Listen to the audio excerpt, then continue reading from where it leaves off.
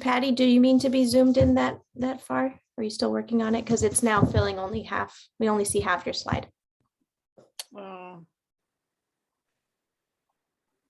Okay. Can you see the whole slide or no? Yeah, that looks good. Okay. All right.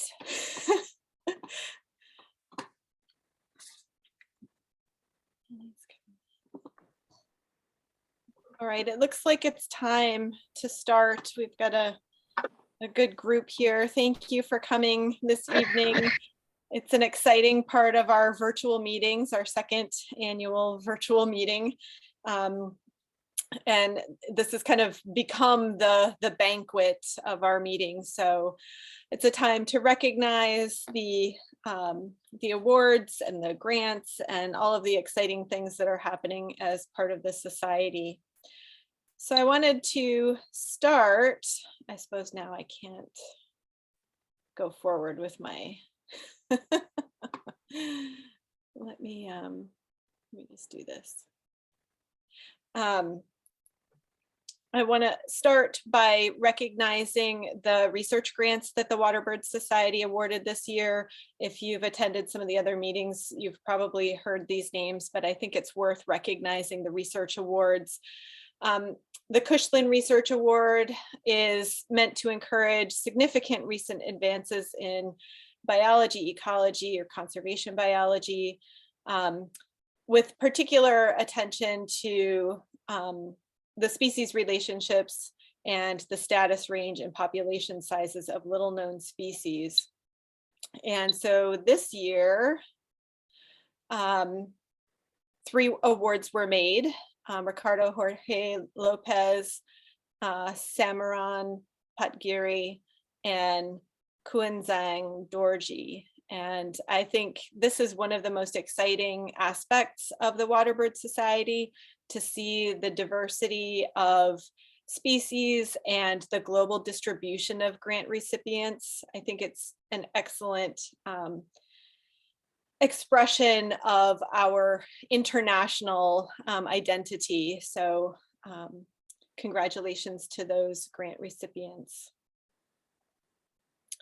Also, the 2021 Nisbet Research Award. This is open to any student, professional, or amateur. So again, a broad umbrella trying to bring in as many different types of waterbird enthusiasts as possible.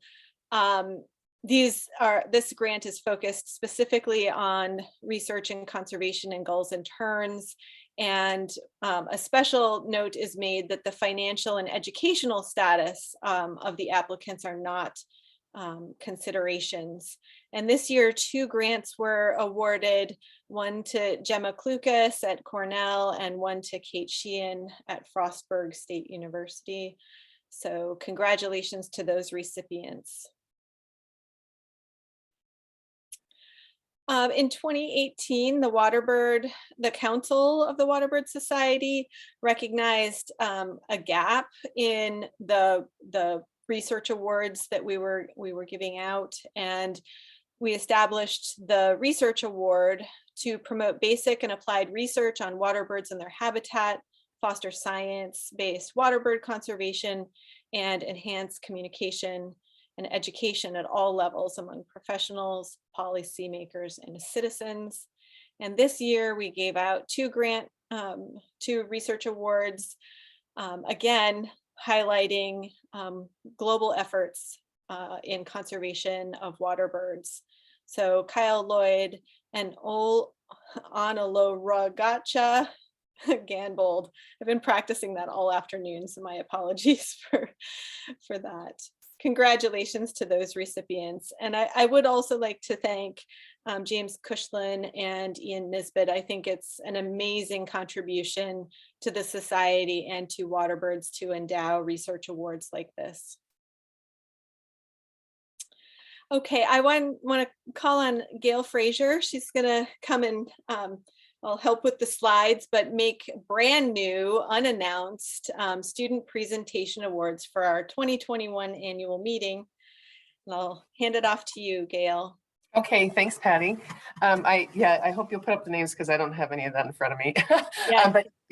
So there were 3 judges, myself, Abby Powell, and Jennifer Arnold. And I just want to say it was great to connect with Abby because I was her field assistant when she was doing her PhD in 1989 and 90 and 91. So it was great to spend a little bit of time with Abby while we were discussing these awards. And so there were all the student presentations were amazing.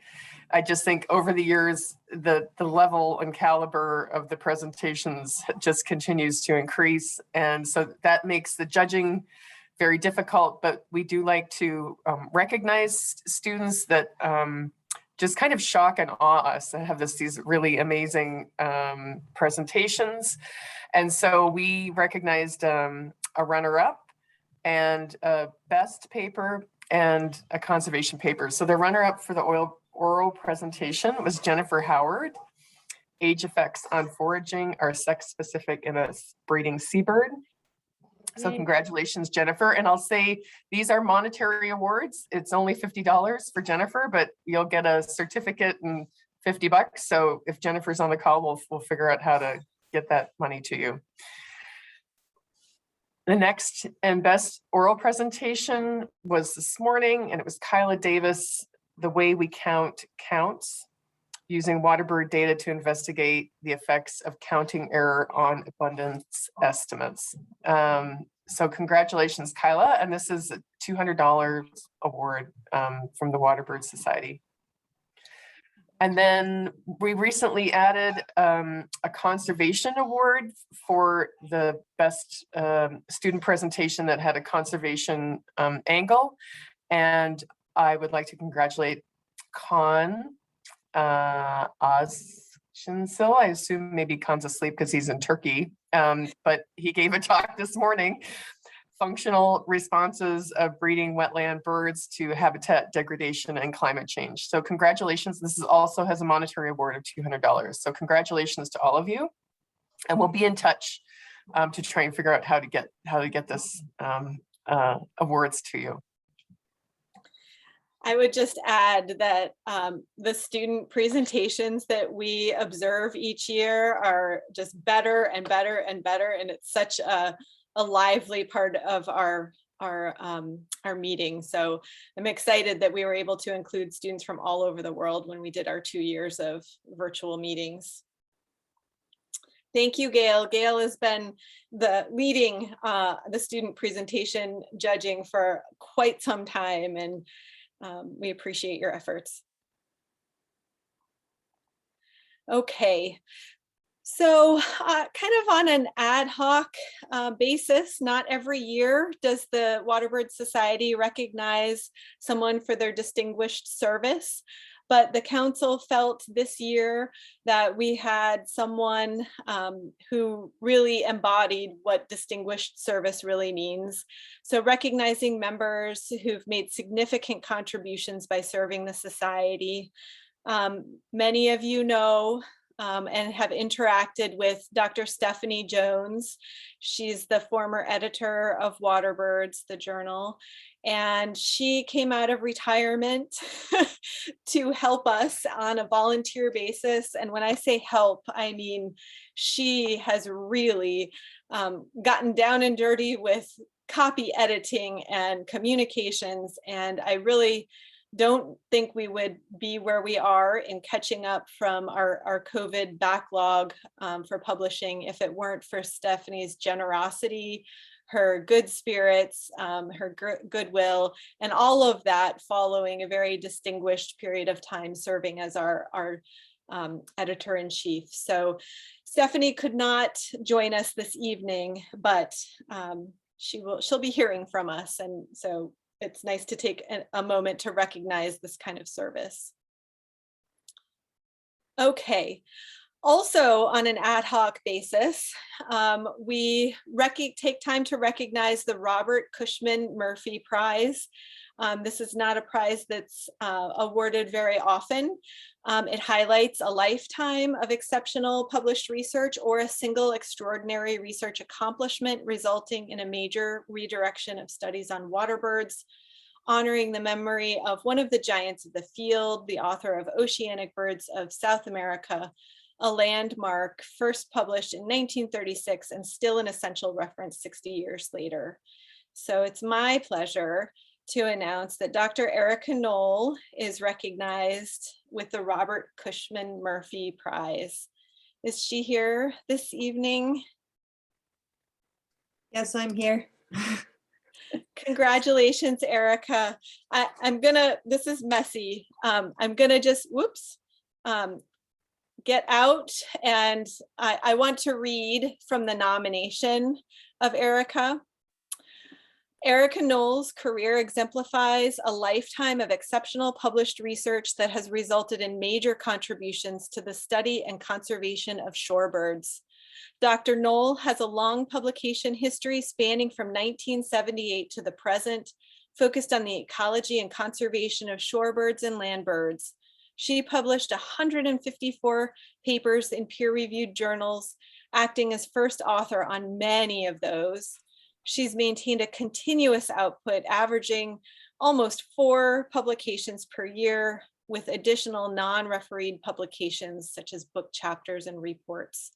Her body of work on shorebirds and other water birds includes 90 peer-reviewed papers, at least 2 per year, and these are the basis for bestowing this award.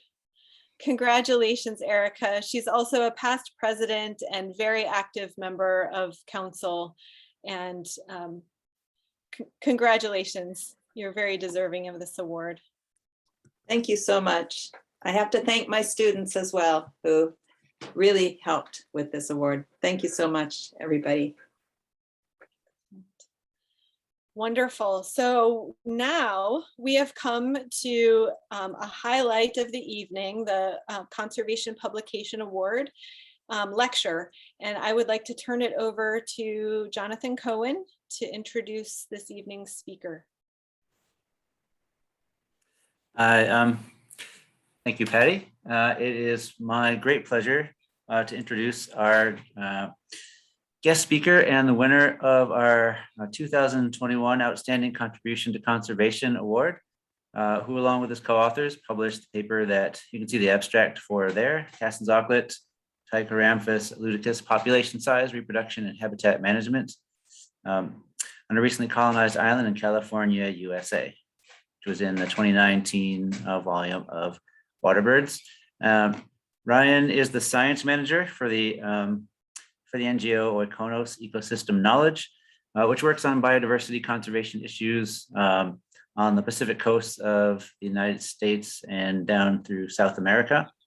He received his MS from Moss Landing Marine Laboratories of San Jose State University in 2014, and for his thesis studied rhinoceros auklet foraging ecology, and has worked on the research, conservation, and habitat restoration of a variety of seabird and shorebird species, primarily in California and Chile. He has many peer-reviewed publications, including papers on conservation of shearwaters, auklets, and cormorants. And he is currently working on pink-footed shearwaters on the Juan Fernandez Island in Chile, phalaropes in California, and auklets in the California coast, and is a lecturer at UC Santa Cruz, where he teaches natural history.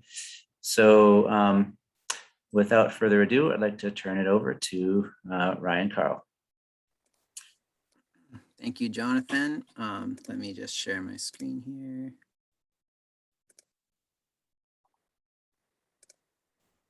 You seeing that in presenter mode?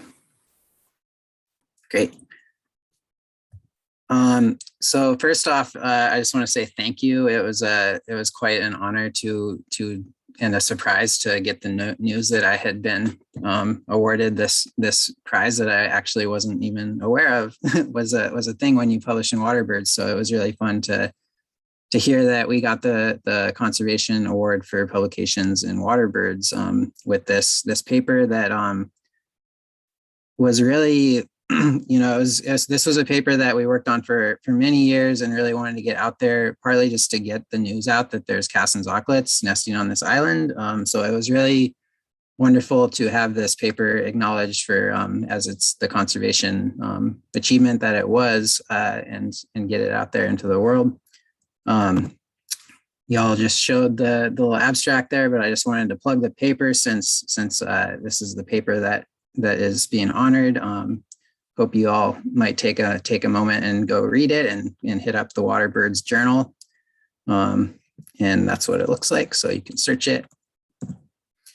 And then I also just wanted to take a moment to acknowledge my co-authors and put some faces to some of the names of the folks that are receiving this award. There's me, of course, but some of my other co-authors are in this picture, Emily Coletta and Jesse Beck there, and then Michelle Hester is not pictured. But as we all know, with this kind of work, you can't do it by yourself. And I did a lot of writing on this, so this is all data and work and lots of heavy lifting and getting out to this seabird colony that many folks were participating in.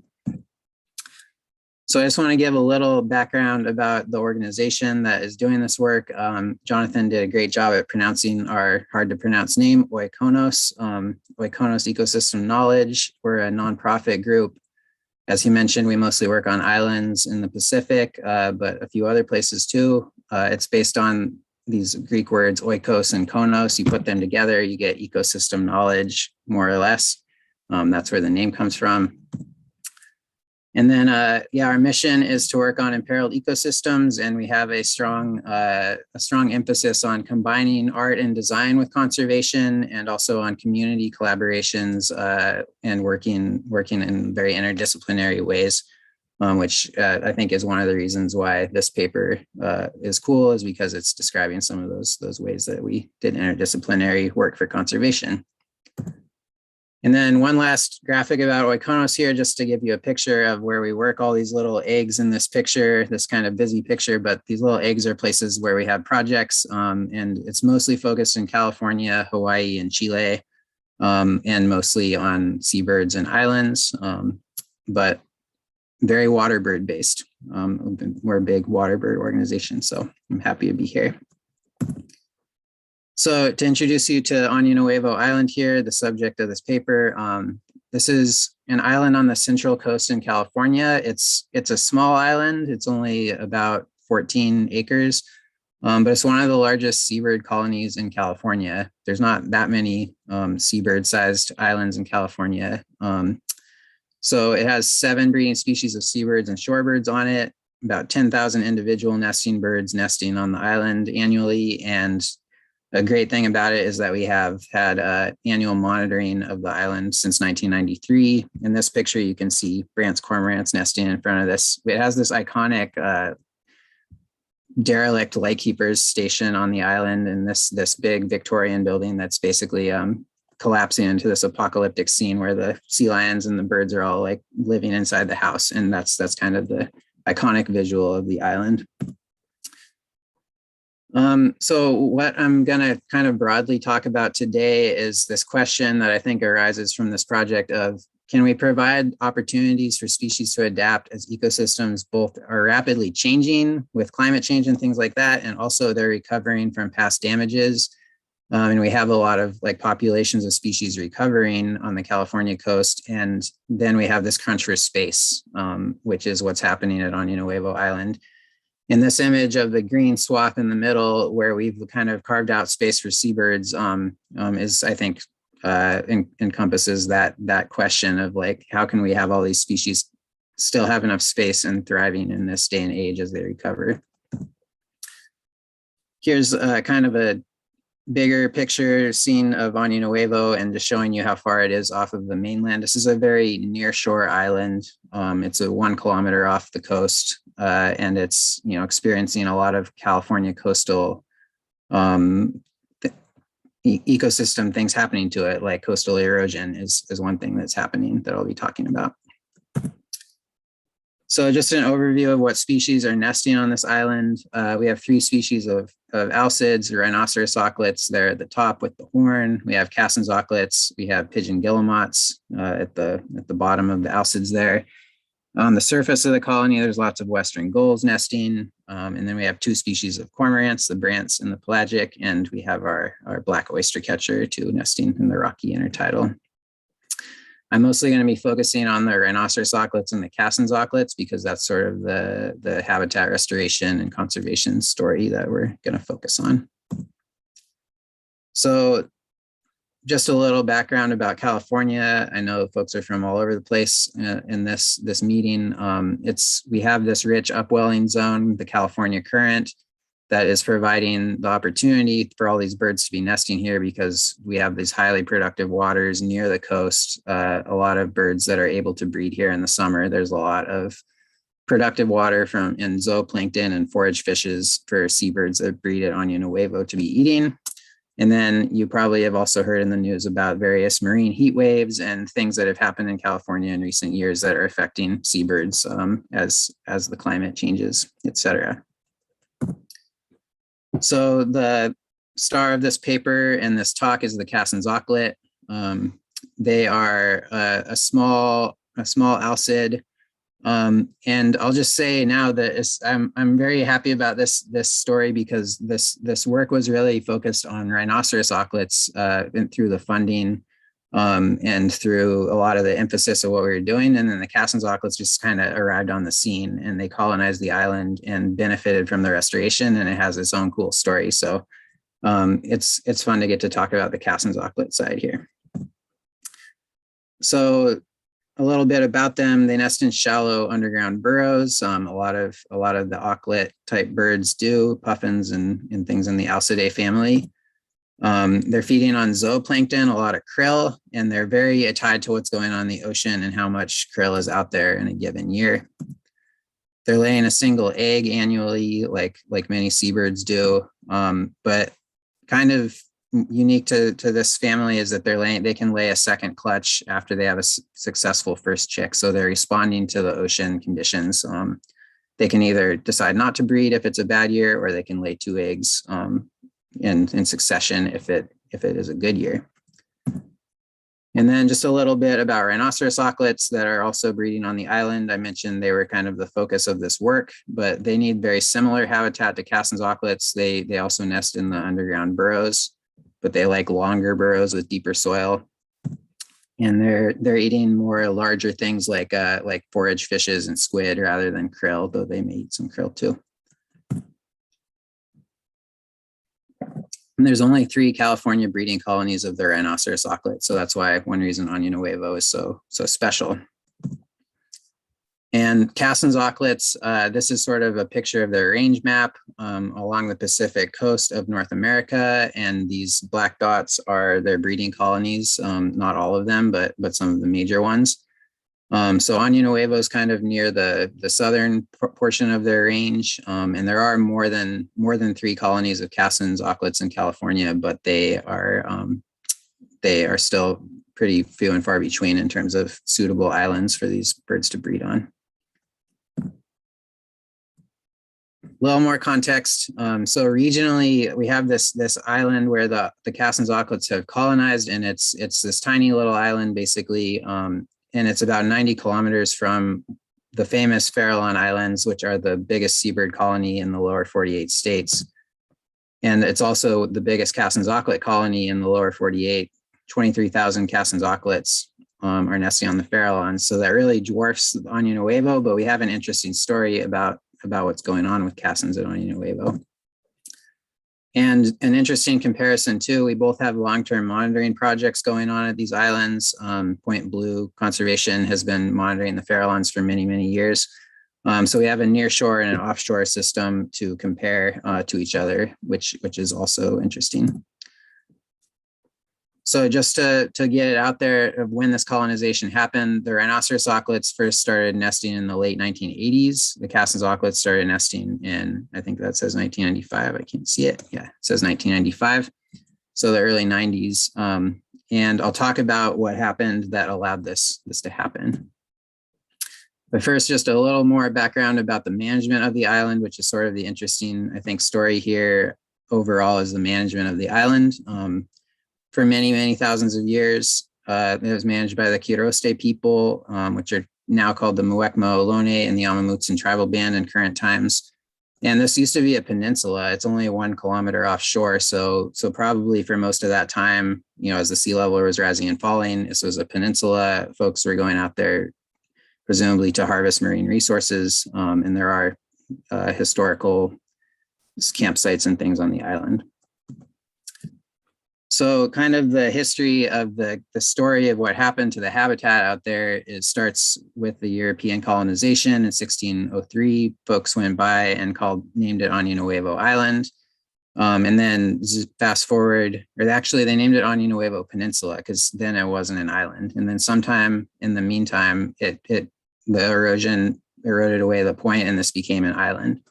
So it's been an island for maybe a couple hundred years. And then a lighthouse station was put out there, which you can see in this photo. A lot of different buildings, including that one that's now falling down. In the late 1800s, this operated until the mid 1900s. And this is sort of the start of like things getting changed on Año Nuevo Island ecologically. So lots of construction going on out there. And then the lighthouse station is closed, but in the 50s, some local folks went out and introduced rabbits to the island, which, as we know about islands, this is bad news to introduce mammals to an island that doesn't have them. Here it is in 1967. There's really this lovely vegetation out there. There's rabbits out there, but they haven't yet eaten all the plants. But this is what it looked like when I went out in 2009. I'll go back to 1967. This is basically the same area. And it looks like this in 2009. And that was what I experienced when I first went out. There's auklets burrowing out here, but there's really nothing holding the soil together anymore. And here's a lot of text that I'm putting up there, but I'll walk us through it about just sort of like, how did we arrive here? I just said the island became a peninsula. The colonizing folks, they hunted a lot of these animals to near extinction, like the fur seals and the whales and the seabirds that were using the island then. The rabbits started decimating the vegetation in the late 1900s. Once the rabbits are gone, theoretically they've eaten themselves out of house and home is why they disappeared. That's the best story I can find about how the rabbits ended up disappearing from the island. But they do disappear, and then that provides space for the seabirds to come back because they're not competing with the rabbits for burrows anymore. So the rhinoceros auklets colonize on their own in the 80s. But as this is happening and we have this great recovery happening, the California sea lions also are recovering, and they start really, really going up in the 2000s. And now we have a lot of competition for space between seabirds and sea lions and various kinds of seabirds on this small island, which is one of the few places that doesn't have people all over it on the California coast. So that's kind of how we got here, where we don't have any vegetation. And then there's also natural coastal erosion things happening. So, you know, it's hard to kind of winnow out what's natural and what's unnatural as we've going through all these different populations ups and downs caused by humans in the last couple centuries, and then climate change and coastal erosion all happening. But I just want to show this graphic of California sea lion population growth, and just to note that it really took off in the 2000s, and California sea lions are doing great. We like California sea lions, but it has become an issue where there's so many California sea lions on Año Nuevo that it has become a big issue for the seabirds there. And just to reemphasize here, the erosion problems on this island with the denuded soil is that these birds are living in burrows. They're long, shallow burrows, and this is an image of these are burrows auklet burrows that we're seeing here, and just the soil getting carved away basically. And also sea lions actually literally walking across the burrows and smashing them and having the birds get killed inside. So here's an image of a bird that got killed by the erosion. We found that up to 30% of the Cassin's auklets burrows were getting damaged by erosion every year. And it doesn't always result in the bird dying, but there's a lot of habitat loss, or, you know, there can be abandonment. sometimes it's hard to tell why the burrow didn't survive, but there's a lot of erosion going on.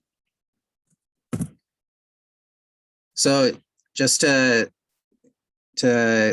kind of go over how is it that these auklets were able to colonize, and then I'll talk about, I think this is one interesting piece, is that the management of the island got to the point that the auklets could come back, and then there was still this issue of the erosion and things, and we did a whole lot more management to try to keep the birds there once they came. But what we needed to have the birds come back was the removal of the rabbits, which they sort of removed themselves by eating all the food. And happily, there was no other mammals present. The lighthouse station was decommissioned, so there weren't folks living out there anymore, causing human disturbance or bringing more animals out. And then the closure of the island to visitation by the general public was really important to keep the human disturbance off. This picture is one that a ranger recently gave me from the 70s, I think, when they finally said no more visiting the island. And these folks all came, and he said it was like a standoff, almost like people were wanted to go out there. They're saying you can't go out there and harvest abalone anymore. And people, this looks like a pretty happy scene, but he said it was pretty tense. So people haven't been able to go out there for many decades now, so it's pretty much a sanctuary for the wildlife. And then another important thing was regulating researcher activity. This is a big elephant seal research spot. You've probably maybe heard about that in terms of elephant seals. And there's just some basic things that happen in terms of putting boardwalks out so that the burrows wouldn't be crushed by humans walking everywhere, and putting up, like, this fence in this photo is a screen for the pelagic cormorants so that they won't get scared by researcher activity. Just so some basic things that I think are important to remember when we think about these things is just things like boardwalks are basic, but they can be really influential. Okay, so coming to the current day, we have this image here of, this is where the Cassin's auklets are nesting on the island. Is that CT stands for Central Terrace, and that is kind of this zone where we have a lot of Cassin's auklets and rhinoceros auklets nesting. And one thing that I want to talk about is just that we have had this long-term monitoring, and I think probably a lot of us watching know, long-term monitoring is super important, and it's super hard to keep going. But because we've had this awesome data, we've been able to track this population from its inception on the island all the way through to current day. And we're tracking breeding population, reproductive metrics, and banding individuals, and keeping track of habitat for all of these species. And just briefly about the methods, we're checking the burrows with this specialized burrow camera where you can snake it down the burrow and see with some cool goggles what's inside. And then a lot of the birds are accessible via artificial nest sites, which I'll be talking about. And we pretty much, this is a small enough population that we can measure it by directly checking each nest, though we did do a little bit of extrapolation for some nests that we couldn't check based on burrow occupancy. So we banded 131 total Cassin's auklets over 18 years there, or 19 years, and not that many birds, but it's a pretty small colony, right? So, but via this, we did learn some interesting things. One of them is the obvious question with the colonization is, where are these birds coming from? And we have found that a couple of the birds that have later nested on Año Nuevo were banded on the Farallones as chicks. So that's a nice direct indication that they came from the Farallon Islands, and they may still be coming. Maybe they're not all from there, but we know some of them are. And that birds from the Farallones have mated with birds from Año. And I'm not going to get deep into this, but in the paper we talk some about how sometimes the years that we saw colonization events at Año Nuevo were after multiple years of poor reproduction conditions at the Farallones, and maybe that has something to do with these colonization events. So we've been able to track the population over about 30 years now, and something that I just wanted to point out is that the population has grown from just a few birds in 1995 to now we have about 150, 160 birds per year. But we really see this pattern now that we've had this long-term data of the population coming up and then having sort of a crash when there's a marine heat wave or a poor upwelling event that causes sort of a big mortality event of Cassin's auklets on the coast. And we have 3 of those in this time series, and each time there's a crash followed by a recovery. I think it's sort of interesting to look at as the colony gets more established. It seems like these crashes happen and then the recovery happens faster after each crash as we get a little bigger colony going here. So this is sort of what those die-off events look like. This 2015 one was related to the warm water blob marine heat wave that you may have heard about. All up and down the coast, Cassin's auklets dying, and we basically the colony that at Año Nuevo, even though it's small, is tracking these events. This is basically blamed on starvation of not enough prey because of the warm marine water.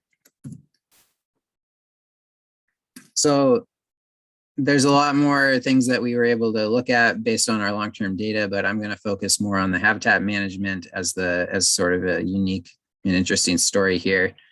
In this picture, we have up this temporary fence, and you can see like the foreground doesn't have sea lions on it and the background has a lot of sea lions on it. So this is, when I first started working out there, this is what things were like. We put up this temporary fence and then we'd take it down, and it was the grossest thing I've ever done. I think it was covered in sea lion poo.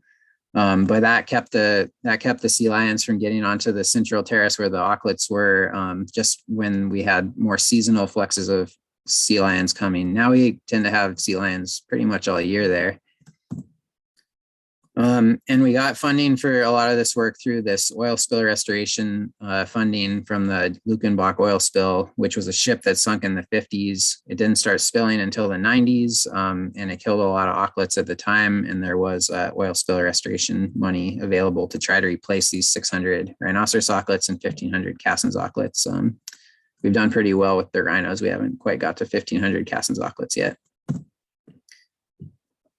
But the first thing that we identified that we could do at this colony was just try to do more permanent protection of the auklet breeding zone. It's really just this one part of the island that the sea lions didn't used to get up to so much, but now that there's so many of them, they get up there a lot. And it's outlined there in green with the red brackets showing places where sea lions can get up onto this terrace. That inset picture shows the kind of cliffs that the sea lions are really good climbers, and they can't get up the cliffs in all these places, but there's a bunch of places they can get up there. And so we built this habitat ridge, we call it the habitat ridge, and it's a custom made sea lion exclusion fence made out of eucalyptus logs, and it's got this sort of like Lincoln log style shape with this zigzag that keeps it, even if these posts rot out, it'll stay upright.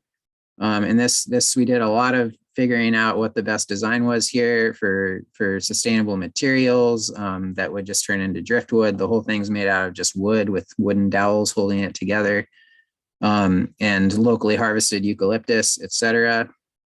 And this has been amazingly effective. It was a ton of work to build. We hauled these heavy eucalyptus logs all over the island. We had a landing craft come out and land on the island, and excavators and lifting them onto that terrace. But it was a lot of heavy manual labor. That's me when I was 10 years younger building it. But it has been super successful since we put it up. And there's sort of an image of how it works. It's just keeping the sea lions on one side and the seabirds are happily on the other side. It's also been really beneficial for gulls. The nesting density of gulls is like 10 times higher inside this habitat area than outside of it, because the sea lions are crushing their nests too. And that's kind of what it looks like if you're peeking through the slats of the habitat ridge, looking out at the sea lions, and what the habitat would be like for seabirds without this fence up. So another piece of what we've done out on the island is putting in these ceramic artificial nest sites for the Cassin's auklets. And artificial nest sites, of course, are not a new idea unto themselves. But there hasn't been much in terms of clay artificial nest sites that we are aware of, and we've been really working on this concept of clay for artificial nest sites One thing you can sort of see in this picture is you have a lot of flexibility with clay where you can do things that kind of make more natural curves, like maybe a real auklet burrow would have, like that tunnel is curved. And then also we're working on making these so that they are insulated against the heat with this really heavy clay that keeps the nest chamber cool. And they're also, you might think clay is fragile, but you can actually jump up and down on this, and you're not going to be able to break it, and a sea lion can walk across it because clay, when it's really heavy and thick, is very not very fragile. So, and they also will last a really long time. So here's a Cassin's auklet, one that sits on the surface. We've done various designs. Basically, you just take the tunnel off of here and you can reach back and access the chick. And then that back piece is a heat shield that keeps the nest chamber cool. And this is kind of our design that we're upscaling to a more bigger production of these nests to put on other islands. And we're making these for the Farallon Islands right now. And of course, the question is with the heat thing, are they actually cooler than other kinds of nests? And so far we have found that they are, especially in really compared to wooden nest boxes, which on the Farallon Islands, they did have one incident where it got so hot that the Cassin's auklets who were incubating eggs, they actually died. A lot of them died on their eggs inside the wooden boxes. And ever since then they've been like, we need to replace these now because it keeps getting hotter and hotter. So they're replacing these with the ceramic ones. And we've the seabirds, of course, the most important thing is whether they approve of these and actually want to use them. And they have approved.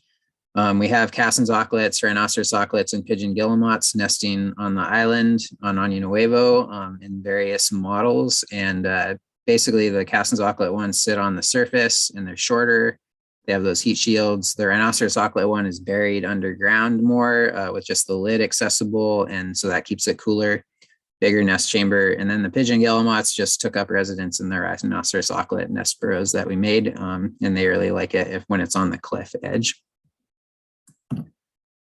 So here's a little bit of data on how many different species are using them. You can see there's more and more pigeon guillemots and Cassin's auklets using them.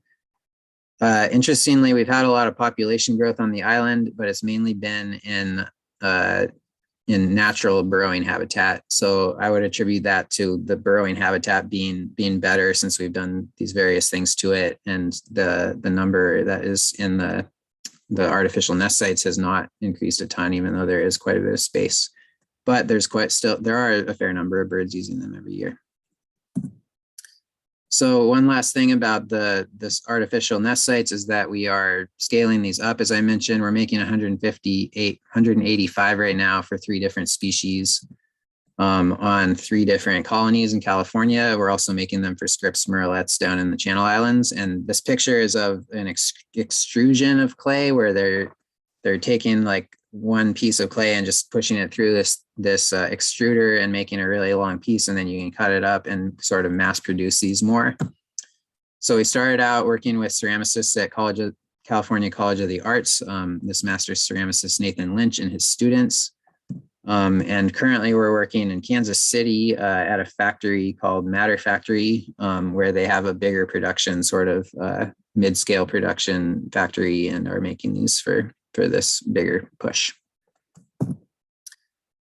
So one last piece of this is that we had this vision where we're like, okay, we can put up this habitat ridge and then we will revegetate the island with native plants and it's going to be great. We're going to slow the soil erosion that way. And here we are back in fall 2010. This picture I showed you, this habitat vegetation restoration worked great. Here it is in spring 2012. And we planted lots of native plants on the island, and we had this huge swath of green out there, and everything looked great for a few years. But I'm setting this up here to say that by maybe 4 or 5 years into this project, we weren't so sanguine about its success, because this happened where we had this massive influx of pelicans that came in, and we've been in a really long drought in California for a long time, but 2013 to 2015 was a very bad part of it.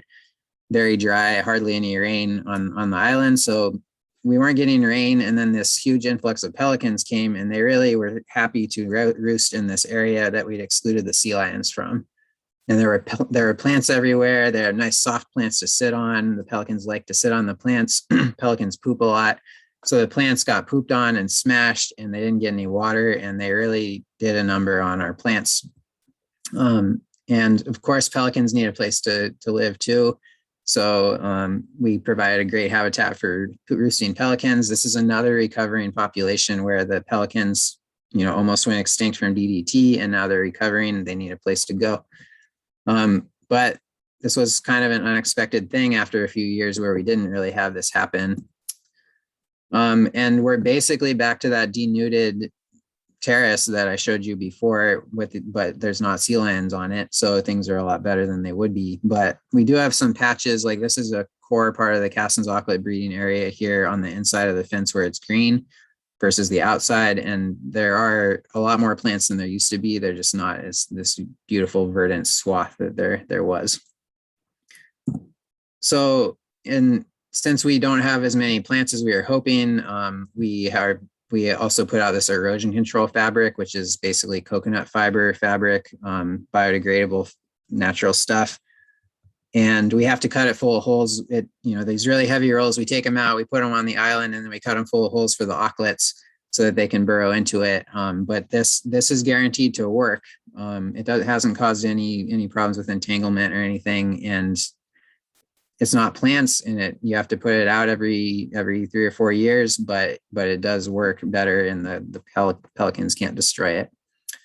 So that's another technique. And you might be wondering what all these stakes are about. That was our kind of like last ditch effort to keep some of the plants. If you put up a little ring of stakes, then the pelicans don't like to walk inside of it, and some of the plants have survived through that way. But at this point, I'm going to say basically the plant restoration didn't work as planned, but the habitat ridge fence and the ceramic nests have worked fantastically. And of course, the proof is what the bird populations are doing. And the green bars here are the years after we started doing all this work. And the rhinoceros auklet population, I'd say, has gone up much more than we ever anticipated. It's increased from about 250 birds to 600 birds in the last couple of years. It seems like it's on a trajectory to keep going up, and that's great. Is that related to just the habitat restoration? I doubt it. There's probably ocean related things going on with prey, but if the sea lions were trampling their habitat and then there was, all the burrows are getting destroyed, I don't think this would be happening. And then we looked at this graph earlier of the Cassin's auklet population, and it has more of these ups and downs related to the marine productivity, but still basically a positive trajectory there. And our population has grown from less than 20 birds back in the 90s to we now have about 160 birds, and I'm hoping that'll just keep going up. So the obvious question when I get to this point, telling people about this is they go, this is a coastal island really close to shore. It's experiencing all this erosion. Are you just fighting nature? Is this island just going to go underwater? And the answer is, yeah, this island is going to be severely eroded in the next 100 years, I expect, maybe sooner. Here's a fun picture to think about of 6 feet of sea level rise in San Francisco and all the chaos that will cause. We expect sea level rise. Año Nuevo is maybe 30 feet above the sea, and it's not going to get covered completely by water, but it will have big wave action and a lot of coastal erosion happening. So no, it's not going to last forever, but we've been sustaining this population as a new meta population. And my argument for that is that it's really important to have lots of meta population options as you're adapting to climate change. If we get 10 feet of sea level rise, I think we're going to have new islands in California that hopefully Cassin's auklets will be able to colonize as well, and they'll have more places to colonize from. As we have these various marine heat waves and things, it's really important that species like Cassin's auklets have places that are near shore and places that are offshore and different kind of microclimates where they might do better in one area than another. That's one reason that all those pelicans came to the Monterey Bay, is because during those years, we had these really crazy oceanographic conditions in California, and we had a crazy concentration of forage fish in the Monterey Bay that was really just right up against the shore in Monterey Bay and very few other places. So they all roosted on the island. So an example that, you know, near shore and offshore, that can make a big difference in whether these a colony is doing well one year or another.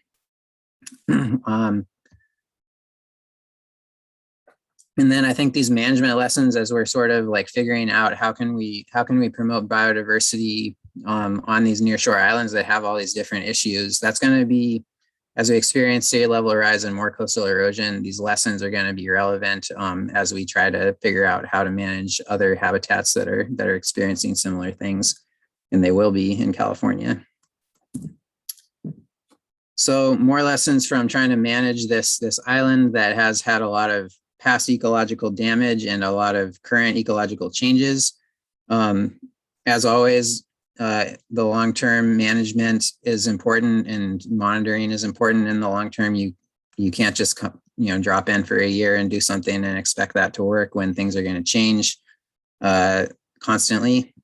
And the spatial partitioning of habitat, I think, is something that is sort of unique to this project and that I think can work in other places.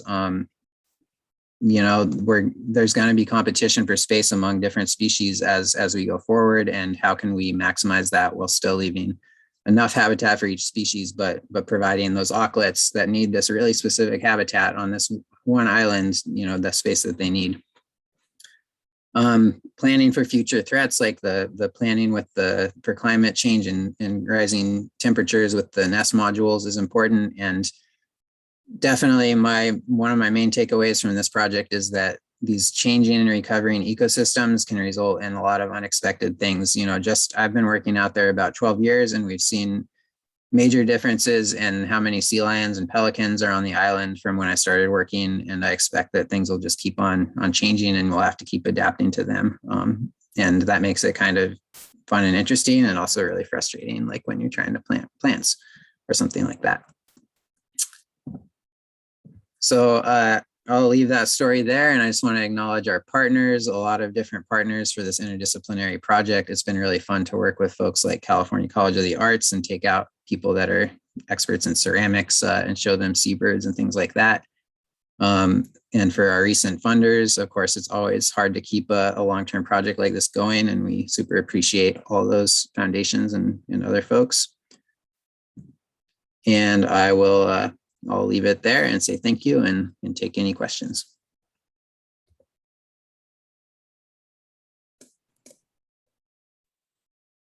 Hey, Ryan, thank you. That was really great, just inspiring to see. I guess it really came through here that I didn't picture as much in the paper, just how much incredibly hard work went into setting up the island the way you did, and just great to see the birds respond the way they did. So I guess if people could put questions in the chat, might be the most orderly way to do it, if you have any, and I can read them off to Ryan.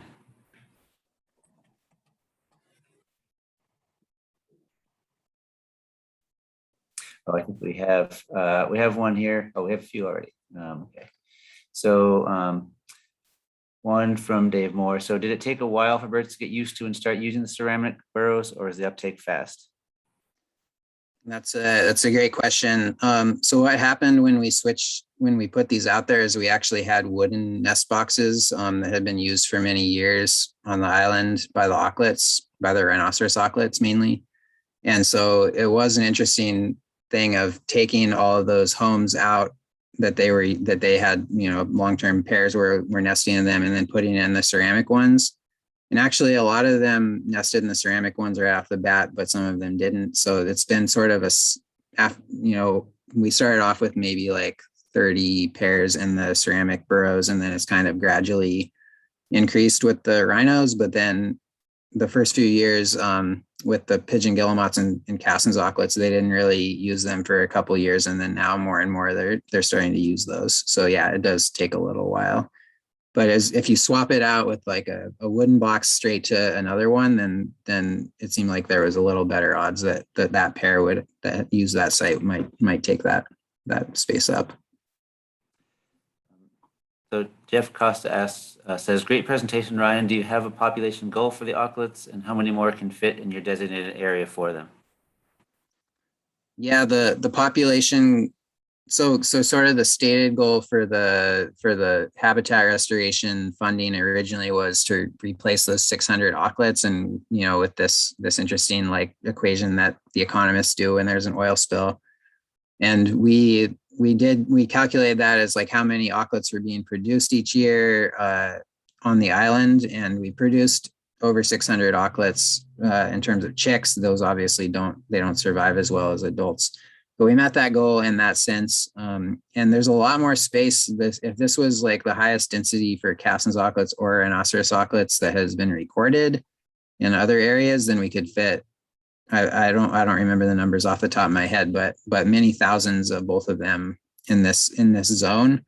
I kind of doubt that's going to happen, but I think that there's still definitely space for more increase of each of them. And I would hope that we'd get a few hundred more rhinoceros auklets, and getting maybe up to 250 or something Cassins would be great. But we don't have like this is our destination point at this point.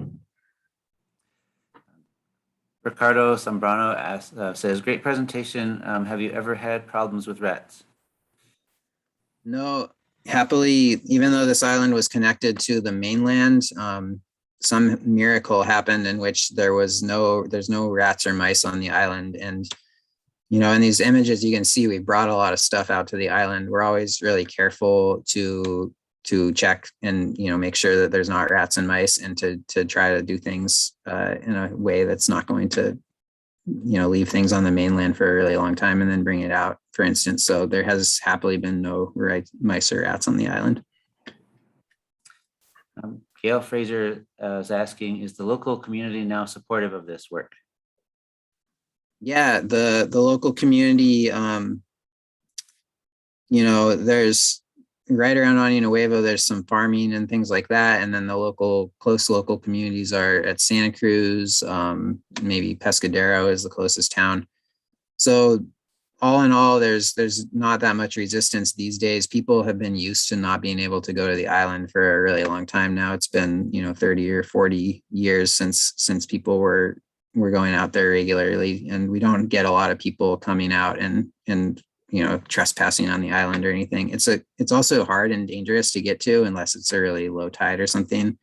Boating out there is not very safe unless you know what you're doing. So I would say by and large, people are really supportive. We try to get volunteers out regularly and, have as many opportunities to get to this pretty hard to get to island as we can, and incorporate the community. Jeff Spendolo says, the quick recovery 1 year after a population decrease suggests that it wasn't so much a real population decline as birds taking the year off. Do you have any other evidence to support this? And also, is there delayed recruitment into the breeding population? Yeah, so that is a good question.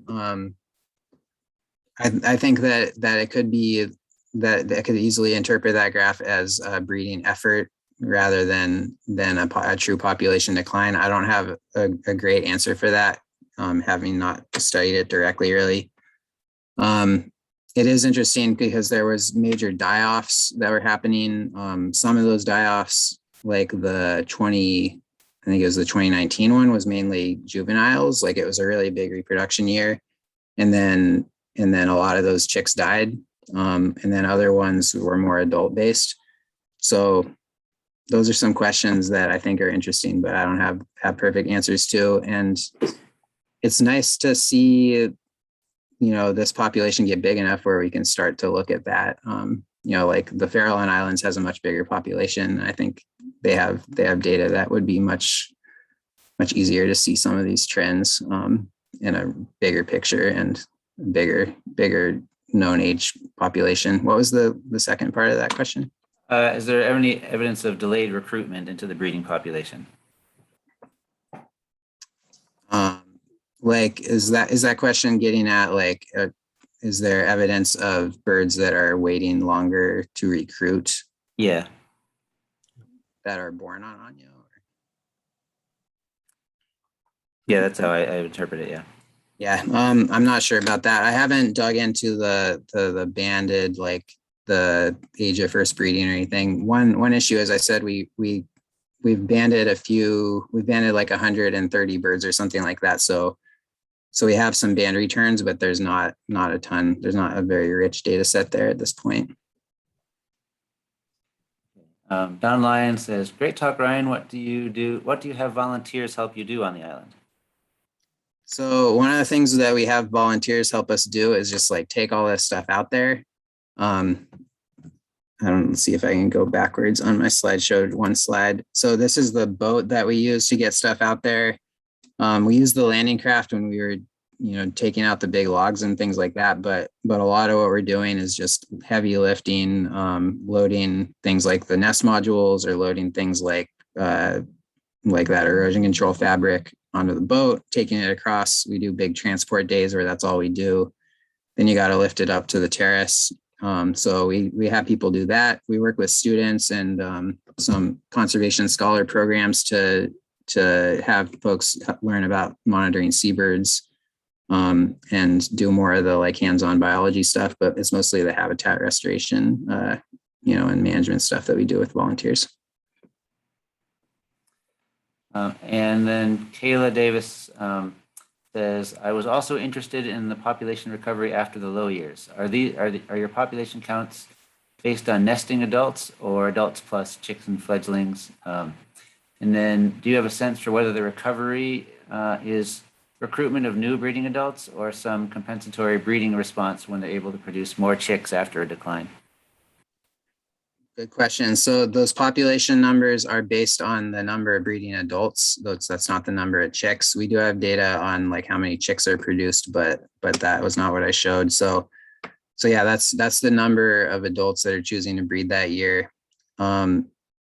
There's a new paper out that by Mike Johns from the Farallons that just was addressing that question of double brooding and kind of these population bounce backs of Cassin's Auklets, and I would recommend that. I haven't actually been able to read it yet. But I don't like I was saying before, I don't have great answers about who's coming back and whether they're, skipping years and whether they're dying or things like that. I do have a slide. I had this slide because I anticipated folks might be interested in this. This is what data we have about the birds that are breeding on Año multiple years. So we had 55 birds that are nesting in the modules that we've recaptured, and 8 of them have been there for more than 1 year. So of those ones that were breeding there, I did this little calculation. They would stick around for 3.6 years on average. So I was trying to sort of get at, is this like a sink population of the Farallons, or is this a true like self-sustaining population? And again, I would say we don't really totally know at this point. There's definitely birds that are breeding for longer periods of time, and we don't see a ton of mortality as what that last point is showing. But yeah, I can't unfortunately get into the who's who and what's going on each year with these mortality events. So I don't see any more questions. Anyone have one more? All right, well, with that, I just want to thank you again, Ryan. It was really great to have you give it the talk, and really exciting to see this successful conservation work going on. And congratulations again on your award. No problem. Thank you. Yeah, thanks so much for having me and for the honor. And I'll answer this last question. We would like to band more, but we mostly target the rhinoceros auklets. So we have a richer data set on the rhinos. If we could target the Cassin's auklets, but we are not currently doing that. All right. Thanks so much. Thank you.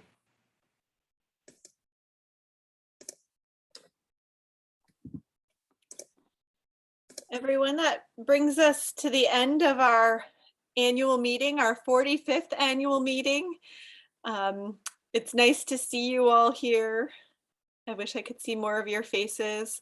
And I hope that we'll be gathering once again in Texas next year. But the council is already working with the local committee to have some component be virtual so that we can include as many people across the country and across the globe as we possibly can. So thank you for joining us. Good to see you. Thank you, Patty. Thanks for the great meeting.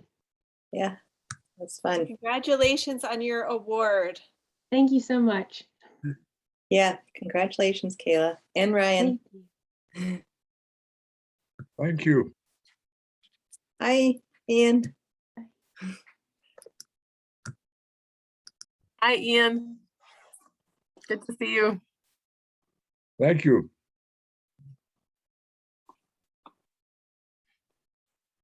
We did it. Good one. Congratulations.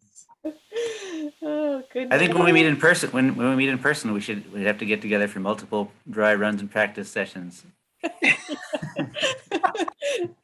I mean, there is something to that camaraderie, but I'd much rather just, shoot the shoot over a beer.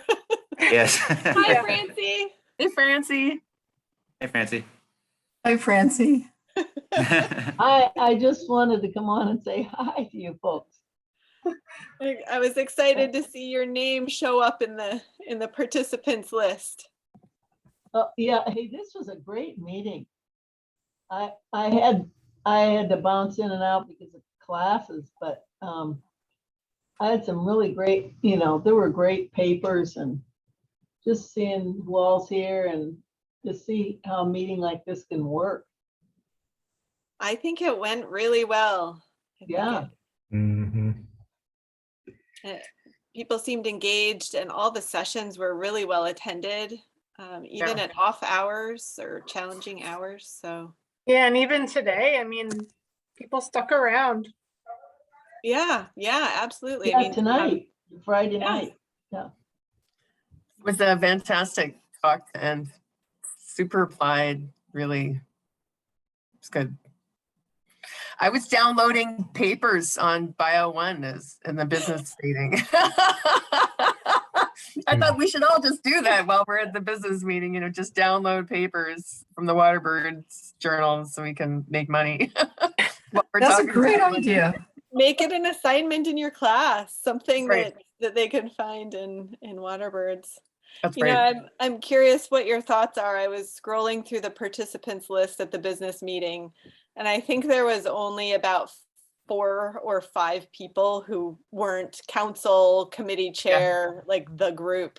And I thought, ugh. The same with the committee fair. I thought the committee fair, I was like, I I'm not couldn't sure there's make it to anybody the here committee that's fair. not a- But I think, I feel like if there's just even a few that would maybe turn up and volunteer for something, it's worth it, I don't Yeah. know. Just get It seemed to like know there was us. a couple that were students maybe. And so, the hope is they're interested. But Yeah, I think Well, the, I know that one year, Chris had like little coupons. I could get like some kind of a raffle prize or something if you attended them at the business meeting at least. So, bribery. oh yeah, usually there's going to be food after, and so people are around. So we need something else.